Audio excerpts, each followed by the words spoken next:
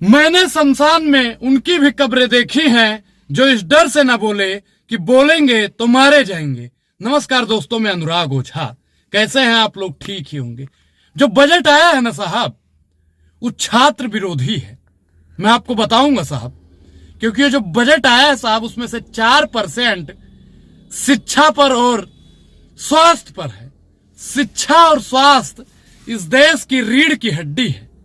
शिक्षा और स्वास्थ्य को अगर कमजोर कर दिया गया साहब, तो आप सोचिए कि अगर शिक्षा को कमजोर कर दिया गया तो आपका बच्चा कहां जाएगा, और अगर स्वास्थ्य को कमजोर कर दिया गया तो आप कहां जाएंगे। ये सब सोचने का विषय है। प्रधानमंत्री नरेंद्र मोदी जी की ईडी और सीबीआई लगातार काम कर रही है।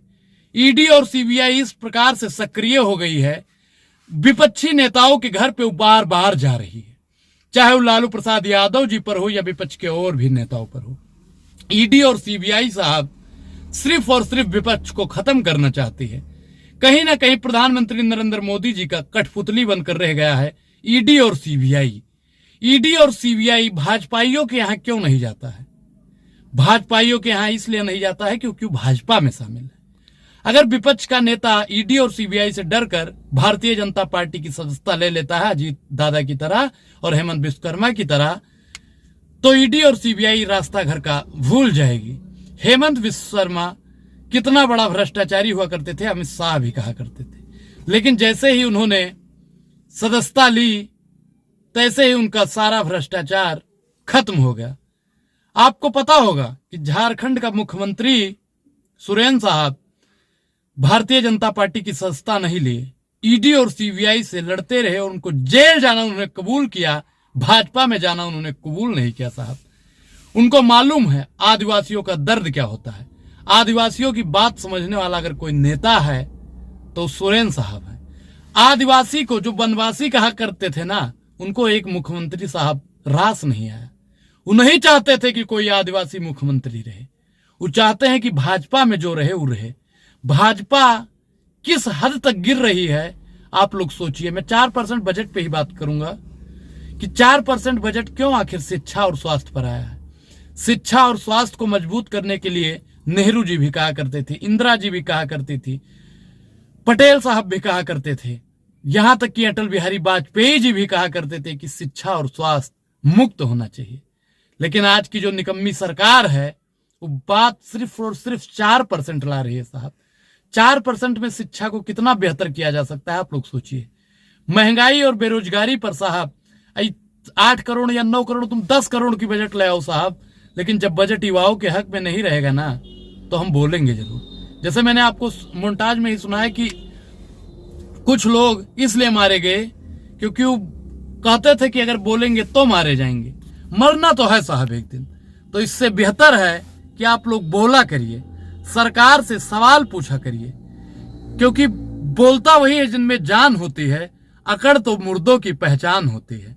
तो बोलना साहब बहुत जरूरी है। और मैं एक चीज फिर बता दूं कि मीडिया जो है ना साहब, मीडिया आदिवासियों का कैसे अपमान कर रही है। सुधीर चौधरी का आप उदाहरण देख सकते हैं।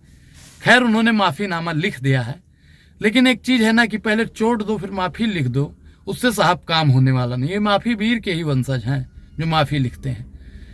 अब मैं बात करूंगा, शिक्षा पे बात हो गई, स्वास्थ्य पे बात हो गई। महंगाई साहब इस देश में कम नहीं हो रही है। महंगाई पर साहब की सरकार और साहब की मीडिया चर्चा नहीं कर रही है।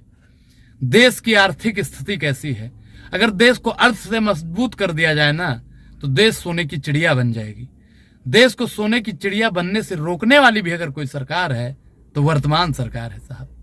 राहुल गांधी न्याय यात्रा कर रहे हैं। न्याय यात्रा में वो किससे मिल रहे हैं आप देख ही रहे हैं। आपने एक तस्वीर भी देखी होगी जिसमें वो गट्टा लेके, मतलब जो लकड़ी और कोयला और सब सामान लेके साइकिल से आज तक ने दिखाया था।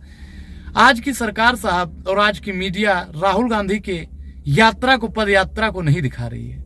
राहुल गांधी की जो भारत जोड़ो न्याय यात्रा है साहब, चुनाव एक राज गद्दी को छोड़कर राहुल गांधी जी पद यात्रा निकाले हैं, न्याय यात्रा निकाले हैं, लेकिन न्याय से लोगों को वंचित करने वाली भारतीय जनता पार्टी सांस और डकार नहीं ले रही है। युवा विरोधी भारतीय जनता पार्टी, किसान विरोधी भारतीय जनता पार्टी, संविधान विरोधी भारतीय जनता पार्टी आखिर कब तक खामोश रहेगी? युवाओं के हक व अधिकार की बात ये सरकार कब करेगी साहब? ये सरकार किसानों की बात कब करेगी? ये सरकार महिलाओं की बात कब करेगी? ये सारी बात पूछता है भारत। लेकिन आज का जो भारत है ना साहब, आज की जो मीडिया है जिसे लोकतंत्र का चौथा स्तंभ कहा जाता है, वो चौथा स्तंभ किस प्रकार से कामगार हो रहा है आप बेहतर तरीके से जानते हैं। भारतीय जनता पार्टी को अगर हटाना है तो आप लोग दृढ़ संकल्प लीजिए कि कम से कम डेली 5 सवाल भारतीय जनता पार्टी से पूछेंगे। अब अनुराग ओझा को दीजिए इजाजत। शुक्रिया, धन्यवाद।